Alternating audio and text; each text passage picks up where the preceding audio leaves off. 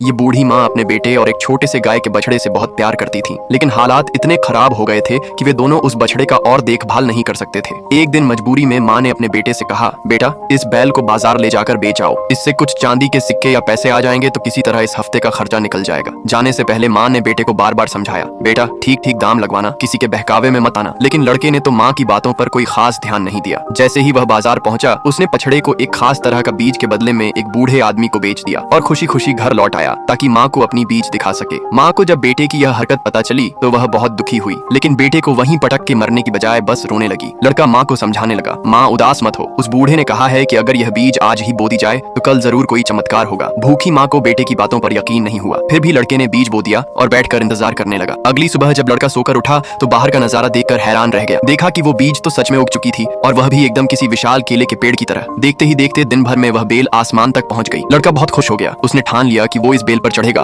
और खुद देखेगा कि आखिर इसके ऊपर है क्या। अगले दिन वो सुबह से चढ़ना शुरू करता है और अंधेरा होने तक चढ़ता रहता है। तभी बेल के सबसे ऊपर उसे एक छोटा सा छेद नजर आता है। वो बिना सोचे ही छेद में घुस जाता है और जल्द ही एक बहुत ही शानदार घर के अंदर पहुंच जाता है। दिन भर की चढ़ाई से लड़का पूरी तरह थक गया होता है। तब वो सोचता है, आज यहीं रुक कर हिला लेता हूँ। और जैसे ही वो एक दरवाजा खोलता है तो देखता है कि उसके सामने तो एक औरत खड़ी है। वो फौरन लड़के के पास आकर कहती है, हे प्रिंस नवजवान, बच के, मेरा पति 3 सिर वाला ड्रैगन है। अगर उसने तुम्हें देख लिया ना तो ऐसी जगह अपना औजार घुसाएगा कि वो जगह ना तो किसी को दिखा पाओगे और ना ही कहीं टिका पाओगे। लड़का डर के मारे कांपने लगा और बोला, हे खूबसूरत औरत, प्लीज मुझे कहीं छुपा लीजिए। ये सुनकर औरत ने एक बड़ा सा कटोरा उठाया और उसके नीचे लड़के को ढक दिया और फिर उसे पलंग के नीचे खिसका दिया। थोड़ी ही देर बाद ड्रैगन घर लौट आया और अपने साथ में एक काली मुर्गी भी लाया। ड्रैगन ने मुर्गी को टेबल पर रखा और बोला, चल अंडा दे। मुर्गी ने तुरंत एक गोल्डन अंडा दे दिया। फिर क्या राक्षस बोलता गया और मुर्गी देती गई। छिपा हुआ लड़का ये सब नीचे से देख रहा था। फिर ड्रैगन ने अंडों को समेटा और टेबल पर बैठकर आग उगलने लगा। ये देख बीवी ने जल्दी से उसके लिए डिनर परोसना शुरू कर दिया, क्योंकि उसे पता था कि अगर जरा सी भी देर हुई तो यह मेरी खूब बजाने लगेगा। खाना खाने के बाद ड्रैगन बोला, अब मेरा हारमोनियम लाओ। अब वह बैठकर हारमोनियम बजाने लगा और अपने काली मुर्गी को म्यूजिक के बीच पर नचाने लगा। लेकिन तभी ड्रैगन को किसी अजनबी की गंध आई। उसने गुस्से में पत्नी से कहा, जो भी घर में छुपा है